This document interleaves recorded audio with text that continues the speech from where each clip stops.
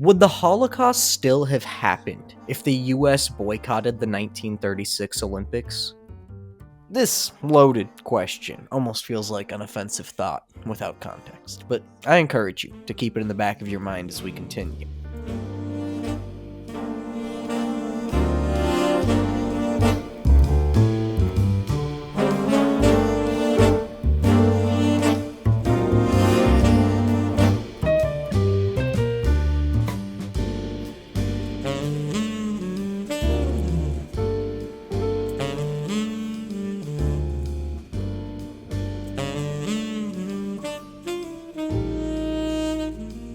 The International Olympic Committee comes together, as they do annually, to discuss the future. There's a tension in the room.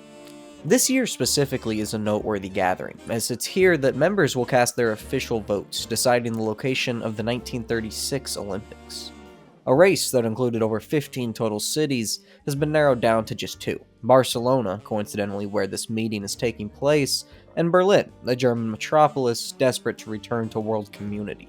One by one, as ballots are dropped in and counted out, the elephant in the room is finally addressed, but only by the ink uniquely splattered on each card. The vote is a landslide. Berlin easily wins the bid 43-16. Unfortunately, this wasn't fully a decision based on sport. Only 12 days earlier, the Second Spanish Republic was proclaimed, sending Spain into political turmoil. Not an ideal Olympic sanctuary. Members of the IOC genuinely feared that they would elect a host nation who would then go on to embarrass them. So, Berlin it is. The meeting adjourned.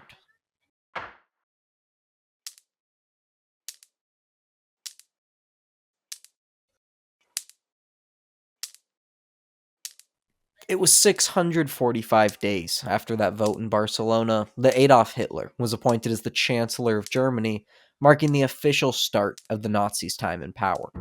Within months, a series of laws would entirely ban Jewish people from using city playgrounds, training facilities, swimming pools, and being a part of athletic clubs at all. Early concentration camps were established as the Nazis began promoting what they saw as the Aryan master race. It was around this time you could hear the crackling of book pages burning in the streets of Germany, as any anti-Nazi literature was destroyed. In a small town in South Germany, known oxymoronically as Upper Swabia, the Bergmann family struggles to comprehend reality. They've lived right here, in this home, since the 1870s and have never experienced so much as a racist neighbor. Proud members of the community. And now, their eldest daughter, Gretel, with long legs and big dreams, is being treated as an unwanted animal. No club will allow her to even practice her craft of the high jump.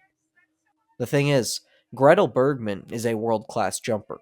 Before the Nazis rose to power, she had already won the South German Championships with a jump less than zero point 0.1 meters shy of the German national record. Her reward for that was being expelled from her high-level club for being Jewish. But being cast as a social pariah is not going to stop her. She'll play the part. Gretel leaves home and moves to the United Kingdom, where she will instantly win the national high jump title in 1934. Her family, call it denial or sticking to their roots, does not leave the country with her. They refuse to believe this will become the way of life. The rest of the world wouldn't just sit back and let it happen. Here sits a man who likes to get what he wants, and doesn't like a whole lot of anything else. Avery Brundage does his absolute darndest to play the villain role in a story that does contain Adolf Hitler. He bats his hand around a desk drawer for a second without ever looking down and pulls out a bottle of whiskey that just looks expensive. His guest takes a seat. We're looking at a pair of colleagues who probably wouldn't even describe their relationship that positively. On the visiting side for this meeting is Alan Gould, sports editor for the Associated Press. And on his home turf is the head of the American Olympic Committee, Avery Brundage. Gould has a desire to report the whole truth and nothing but the truth. Brundage longs to be on the International Olympic Committee, out of the domestic level, where he would get one of those votes to choose where the games are. These two men, and their two distinct motives, often clash violently. Brundage looks over the morning's papers with a slight revulsion that he doesn't try hiding. U.S. boycott of Berlin Games gaining traction, the front page headline reads. In slightly smaller text under it, the words, by Alan Gould, can be seen.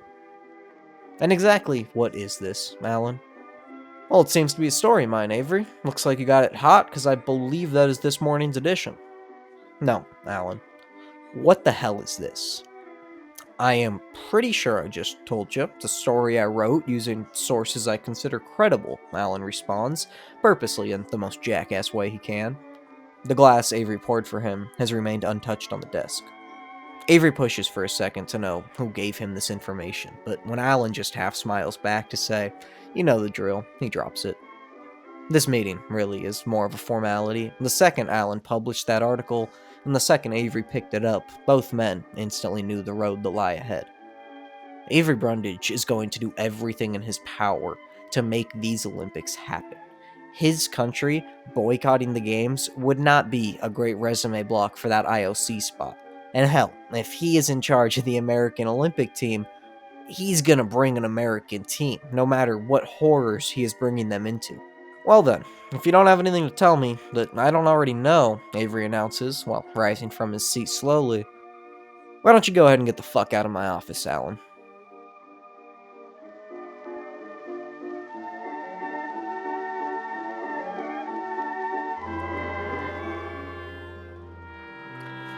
A different newspaper sits on Hitler's desk. The translation of it amounts to just another day in Nazi Germany. That's great news for him, because for the past 3 nights, the Nazi Party has systematically assassinated at least 85 people, with later estimates ranging from 2 to 500 total. These were mostly brown shirts, members of the SA, whom the Nazis viewed as a potential threat. In Germany, they were able to propagandize the media into reporting an attempted coup that never happened, but the real story was leaked out to some foreign journalists. Right on Avery Brundage's paper, back in his Chicago office, under that boycott headline, was more reports from what's now known as the Night of Long Knives, just like there had been all week, detailing the atrocities going on in Germany. This was a leading reason for the boycott potential rising. Americans were really beginning to question the morality of this Hitler guy and if they should be supporting something he's putting on. Surprisingly enough, this was on Hitler's mind. The Nazi Party historically had little interest in athletics, but they had just happened to take power in a nation that was already chosen to host the Olympics. And it didn't take long for them to realize the propaganda potential of the games. They needed the world to know they were a power, they were unified, and they were strong, and this was the perfect way to demonstrate it, even if they had to pretend a little. Their biggest obstacle was going to be letting Jewish people compete in the games. America, and in domino effect many other countries, would likely only agree to come if there were guarantees of Jewish people on their teams and on the German team.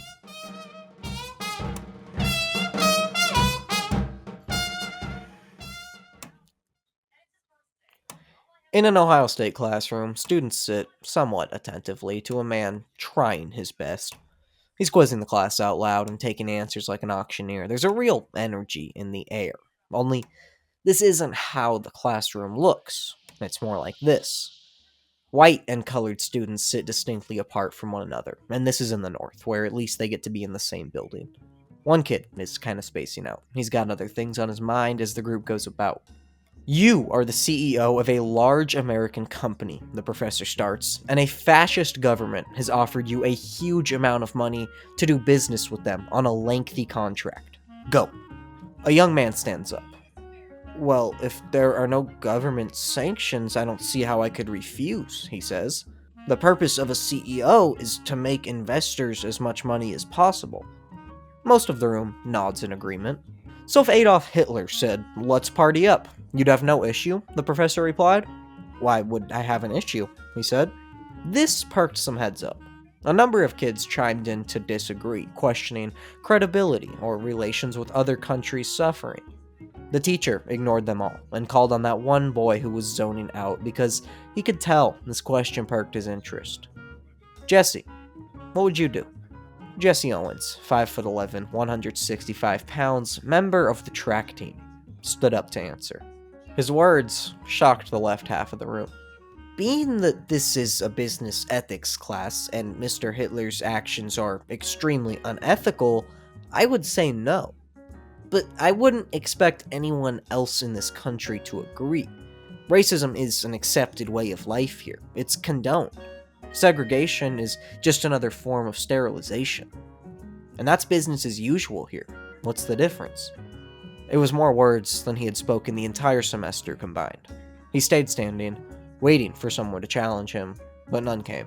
Just an approving, proud nod from his professor. Jesse walked out of class that day, with his head held high. Maybe they only let him say that because he's the best athlete on the track team, but maybe he just made some people think twice. He watched as one of those classmates grabbed a sip of water from the whites-only fountain and then spit it back into the noticeably dirty colored one. Maybe Jesse was just fast.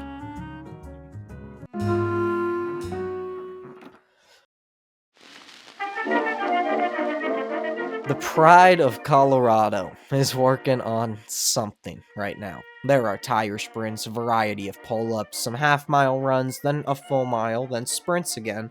He's a workhorse, and he's going to avoid any bad pun he could make on that with his livestock watching closely. The only other sets of eyes on him are his father's, barking out every order and ticking around a stopwatch to some consistency. It seems like the two of them know what they're doing. The kid wants two things in life, a gold medal and a gold woman. He doesn't have either of them right now, but he'll be damned if he doesn't get the one he can work for. Glenn Morris, folks, is training for the Olympics. Good luck pinning down what event, but he's training. Stop the goddamn hammering. No, all of it. Shut it down. I need it quiet. A man screams at the top of his lungs in German to try and halt his crew. A couple hundred yards away, and closing in quickly, walks Adolf Hitler, with three more high-ranking Nazi officials to his sides. He's currently high on meth, cocaine, and an opioid very similar to heroin. In front of and behind him are a set of two more guards, each openly wielding heavy-duty weapons. As he finally arrives at the source of the sound, Hitler looks around and smiles. Guten Abend. How are things coming? Wolfgang Fernster, a Wehrmacht captain and German loyalist, answers giddily. The Olympic Village is coming together flawlessly, sir. We should be completed well ahead of schedule with time for any extra accommodations you see fit. Wolfgang built this village from the ground up. The dorm room, strolls by the lake positioned perfectly for the sunset, large open quads for athletes to socialize. It was all coming together nicely. Satisfied, Hitler and his men turned and walked away. Inside, Wolfgang had pride in himself. But just a little deeper than that, far through the man's conscience, was fear. The American boycott is going to be decided. The country has had its own intensive debate on the subject for the past year or two, but voices have been heard now. The power will once again fall to the fate of election. A vote, this time at the hands of the AAU, will vote our final result. Avery Brundage will be involved. He doesn't have a vote. He's no longer a part of the Amateur Athletic Union, but he was the president of the thing for 7 years, until he stepped down just a few months ago. The man has some sway, but he also has some enemies. His relationships in the club are 50-50. The overall American opinion to boycott is around 50-50. He can't just sit back and hope the vote goes his way. It's too risky. So here's what Avery does. An older gentleman named Owen grabs a seat. He's a regular at the place. After clocking out every night, he heads down for a drink or four. But a man with a schedule is a predictable man. His drink is set down before he says a word to anyone. Double bourbon, splash of cola, 2 ice cubes. Just as he bends over to take that first sip, he catches eyes with a woman across the bar. Sitting by herself, vulnerable, beautiful, and looking interested, was a 30-something-year-old woman about 7 levels out of Owen's league. She moved him for the kill. Sitting down next to him, the two began talking, then laughing, then touching, and in a way too quick amount of time, they were across the street at some motel. This is all to say that Owen, the unsuspecting chump of this narrative, fell dead into a trap. Avery's floozy. In that hotel room, before they got to sheet rearranging, the woman requested a bottle of champagne, which Owen happily fulfilled. When he wasn't looking, she drugged his glass.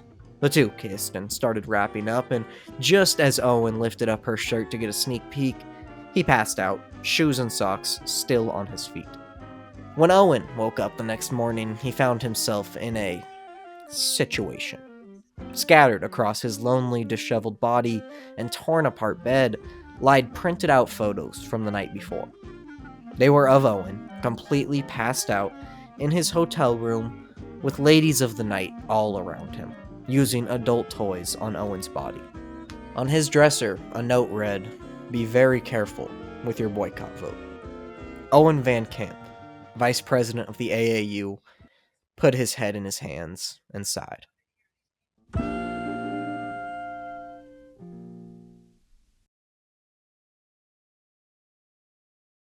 This video is sponsored by Manta Sleep.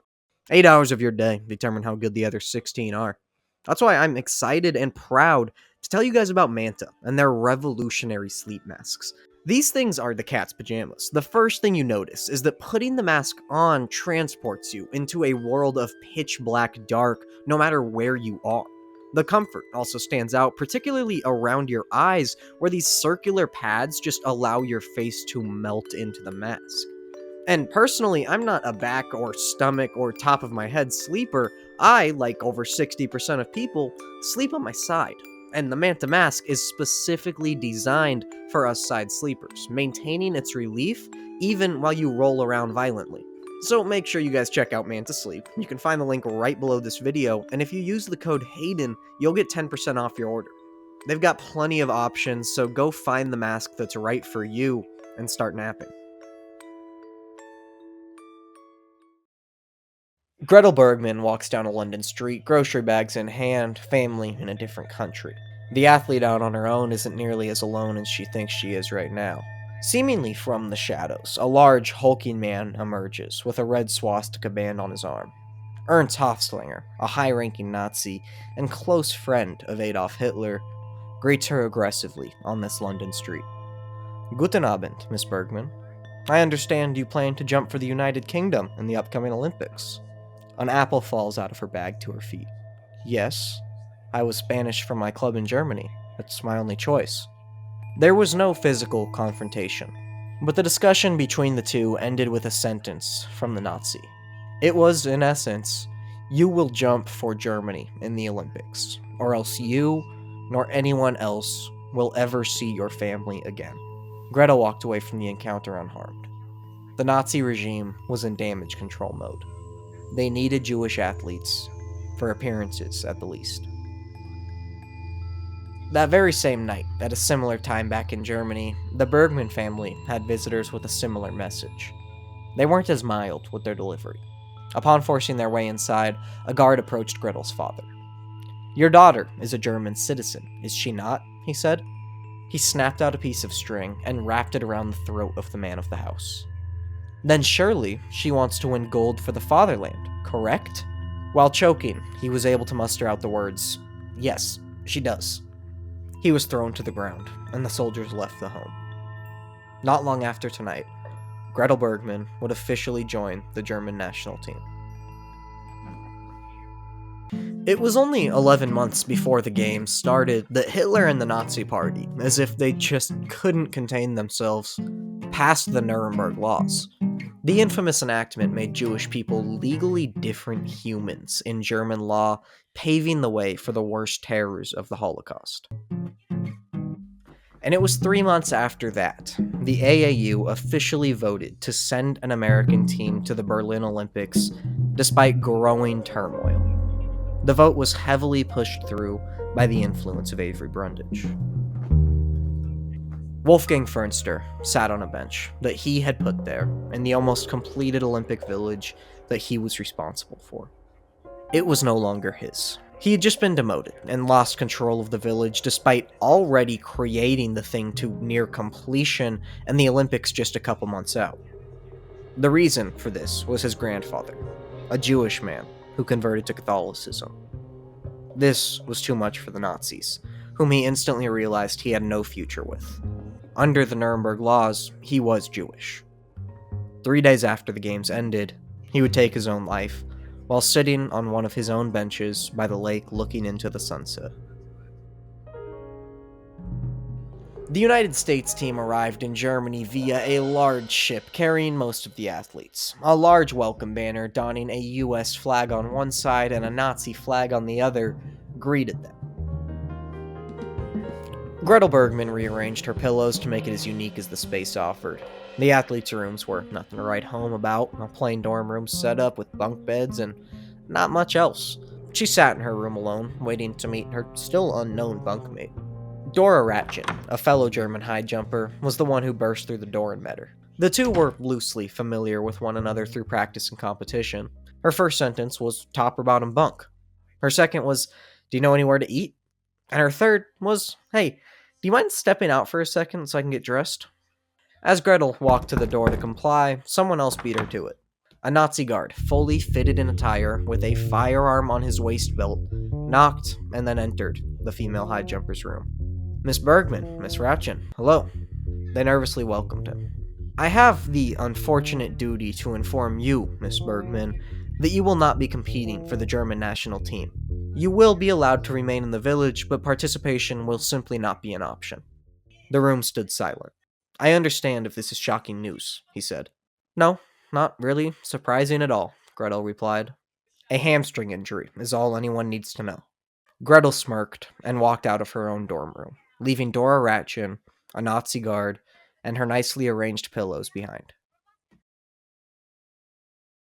That night, Gretel didn't sleep a blink. Dora was snoring really loud, but that wasn't the reason. After being forced to leave her home country, then threatened back into competing for them, Gretel Bergmann would not compete at all in the Olympic Games. She was the favorite to win. She was a pawn for the Nazis to avoid the games being boycotted.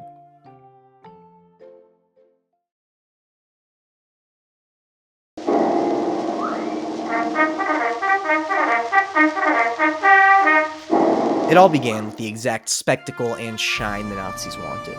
This was the first Olympic Games ever televised, being broadcast out to certain areas in Germany and introduced the Olympic torch relay, which remains a staple today. If you were a tourist in Berlin, you would be jaw-dropped. The Nazis had even removed the plethora of anti-Jewish signs to manufacture this image of less hate. Hitler had commissioned filmmaker Leni Riefenstahl to document the event in its entirety, with no budget on her project. The propaganda film, Olympia, which would release 2 years later, would be a groundbreaking achievement in the cinematography world, molding the way that actions and sports are recorded even today.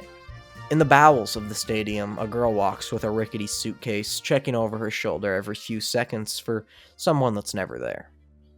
There's one last checkpoint for her, a doorway that she was told would have no one standing at it. Her intel was wrong. 2 guards hover. She sits out of sight and thinks of a plan. When the stadium begins to rock, signaling the beginning of the opening ceremony, both guards quickly rush away from their post to catch a glimpse of the festivities. The girl spots an opportunity and slips through. In her suitcase is a bomb.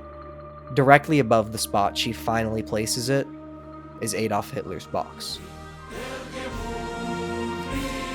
In the ceremony, Greece walked out first in Olympic tradition. The entire team gave a Nazi salute as they passed Adolf Hitler out of respect. Countries then continued in alphabetical order. Afghanistan, Argentina, Australia, almost all of them gave the Nazi salute on their march. Some gave the Olympic salute, which has since fallen out of its relevance due to its similarity to the Nazi gesture. A few, including the United States when they passed, simply put a hand over their hearts and refused to lower their flag, enraging Hitler. And by the way, if you look up in the German leader's box, not far from him, socializing and rubbing elbows with the high-level Nazis, is American Avery Brundage, who did everything in his power to bring his country here.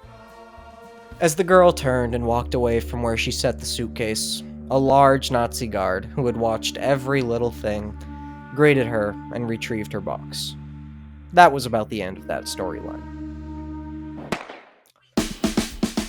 The 800 meter is an unforgiving lactic acid attack on the runner. The favorite today was the 21-year-old college freshman John Woodruff. He would be the conductor of one of the greatest races in Olympic history. The inexperienced American had a skin color that would agitate Hitler if he pulled off the win, and that wasn't the only thing working against him. As the race began, he took a slow pace, settling around third in the pack. He then felt, and the entire stadium was able to see, John Woodruff getting completely boxed in between runners, an intentional move. He could force his way out, but would risk disqualification if he made contact with another runner. So, without control of his own destiny, Woodruff did the unthinkable. He stopped. The man dropped himself to a near zero speed before taking the outside and taking the race over. Woodruff, and his near 10-foot stride, took the lead on the final turn, lost it for just a moment, and then pulled away for the gold medal. Hitler shook his head. In the depths of hate, lies, and propaganda, birthed a beautiful story of friendship. The men's pole vault champion was crowned. The American Earl Meadows cleared a height no other competitor was able to reach and won the gold without controversy. Yet it was the Japanese teammates, close friends currently tied for the silver medal, who stole the show. Out of respect for one another, they each refused to continue competing to determine second and third place. The Japanese team was forced to choose one of them, which they based on who had less total attempts in the final. However, upon arriving home, the athletes would have their medals cut in half and fused into two forever unique half bronze, half silver medals. The long jump may as well have had two competitors, in and outside of the sandy pit. Jessie Owens, the world record holder and heavy favorite, had it all centered around him. Since arriving, this has been an eye-opening experience for Jessie. He was not the only African American to share a very interesting sentiment about these Olympics. Black people were treated far better and more like real humans in Nazi Germany than they ever had been back home in the US. The fully integrated Olympic Village, where many got to sleep under the same roof and eat the same food as white people for the first time in their lives, was a level up from normal life in America. Jessie Owens, fueled by some actual acceptance, had already taken over the Olympic Games. He won the 100-meter and 200-meter races, much to the chagrin of a mustached man in the stands, no matter how much everyone saw it coming. Luz Long runs one foot in place like a bull ready to charge, then does just that. Down a single-lane runway, he slowly builds to top speed, thinking about every word of training he's ever heard. Mostly his father's. If you are a world-class athlete, Luz, they can never force you into this Nazi army like everyone else will be. This is your chance to get out. The Long family was able to see not too far into the future what was growing in their homeland. Just jump your way out, Luz thought. As he sailed through the sky, eyes were locked, breaths were held, and a record was broken. His jump smashed the previous Olympic best, but it didn't beat the current one. Jessie Owens had already reset the mark once. On his next mark, Luz Long tied that new record, a co-title he held for about 7 minutes until Jessie once again reset it. The two were in bloodshed with a record book. Somewhere throughout their record-resetting competition, a friendship was sparked. The two continued talking for the rest of the games, where they then started writing each other letters for years to come. But it was Owens who continued his spree of domination, capturing a third gold medal in his third and final event. Gretel Bergmann decided to stay, since she could. Why not soak up the experience? She turns the handle of her dorm room and walks in on Dora Ratchin, shaving her legs. Startled, she jumps up. "Hey, Gretel, I'll give you some space. I was just about to head to the bathroom." She hurries out. Gretel sits on her bottom bunk for a second. She takes a sip of water, a deep breath, and a moment to detach. She has a lot to detach from. Suddenly, the water starts dripping down her cheek and spilling onto her lap and mattress. She darts to the bathroom for a roll of paper towels. Standing in the middle of the bathroom, halfway through pulling up her pants, is Dora Ratchin. And what Gretel sees in front of her is shocking, undeniable proof that her roommate is in fact a man. If you took away the backdrop, the 100,000 people, the Nazi flags, and added a few tires, you could be tricked that Glenn Morris is still in Colorado. But the farm boy is on the biggest stage he'll ever see right now, and I finally got it figured out. Decathlon is what he was training for. It was a trick. He's doing all the events in one. It's pretty much over for Glenn Morris. He has an impressive lead on the field. He's really just got to finish the 1500 to claim gold. Really, Glenn Morris is already on to his 11th event of these Olympics. The one more thing he needs to make his life whole is a woman. And the one he's found himself is Leni Riefenstahl, the famous German filmmaker in the middle of creating her Olympic propaganda film for the Nazis. The two would spend the entire length of the games in a secret whirlwind romance, falling in love as soon as they met. It wasn't made public until long after, as it would have been harmful for both, clearly. A rumor that was only ever confirmed by Leni herself is that after Glenn was awarded his gold medal, he sprinted and grabbed her at midfield, ripped open her blouse, and kissed her chest. Germany took actions on athletes like Greta Bergmann to trick the world, but they did also have to let some Jewish athletes compete. The only one they left out there with the ability to win a medal was female fencer Helen Meyer. She took silver, and right now, at her medal ceremony, different parts of the world were proud, shocked, or disgusted at her, as she gave the Nazi salute, just like every other German athlete did. Helen would not live long enough after the war to tell her story, but whether it was out of fear, force, or alleged protection of family in concentration camps, here she is, likely against her will, in the moment she will be most remembered for. Dora clears her first starting bar at a height Gretel could hopscotch over. She's a good teammate, but this entire event, up to the gold medal jump, her and anyone who has ever seen her jump knows she would have walked away with the gold. It's hard to ignore. Darn hamstring. But she's gonna sit, she's gonna root on her teammates, specifically her roommate, and she's never going to share the secret about Dora with a soul. There's 8 people in this locker room right now. 6 athletes, 2 coaches, all a part of the United States team. Some news is about to be broken that will never leave Olympic history. The current 4x1 team are the favorite to win gold. They're likely to break the world record, and have been practicing together for months, getting in routine to do just that. But 2 members of the team, Marty Glickman and Sam Stoller, were currently being told that they are out. Ralph Metcalfe and Jessie Owens are in. The room went silent.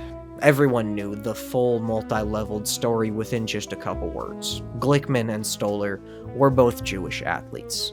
This was a decision that had come from the top, Avery Brundage, in order to avoid embarrassing Hitler by having Jewish athletes dominate an event. The tension was gross. Both Glickman and Stoller would never compete in the Olympic Games. Ralph Metcalfe was really just in shock.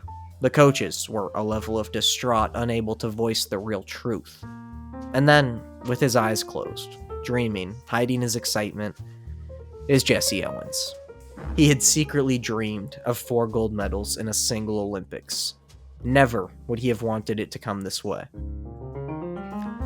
The decision would live in even more infamy if it weren't for the way things played out. The United States team, likely as it would have anyway, walked away with the win in world record time, a solid 15 meters ahead of second place Italy. Jessie reveled in his impossibly circumstantial 4 gold medal performance. Hitler scoffed. Avery Brundage, not far from the German leader, smiled as he took in the games he willed into existence. Luz Long cheered on his friend and proudly boasted his silver medal. Leni Riefenstahl filmed it at a weird angle, with Glenn Morris not far away, trying to look natural. 100,000 spectated in person, some more of one country watched it on TV. And a whole world around all of it, where it really felt like this stadium in Berlin was the center of the universe for a couple weeks, watched obliviously as the Nazis enjoyed their perfect demonstration of nationalistic power.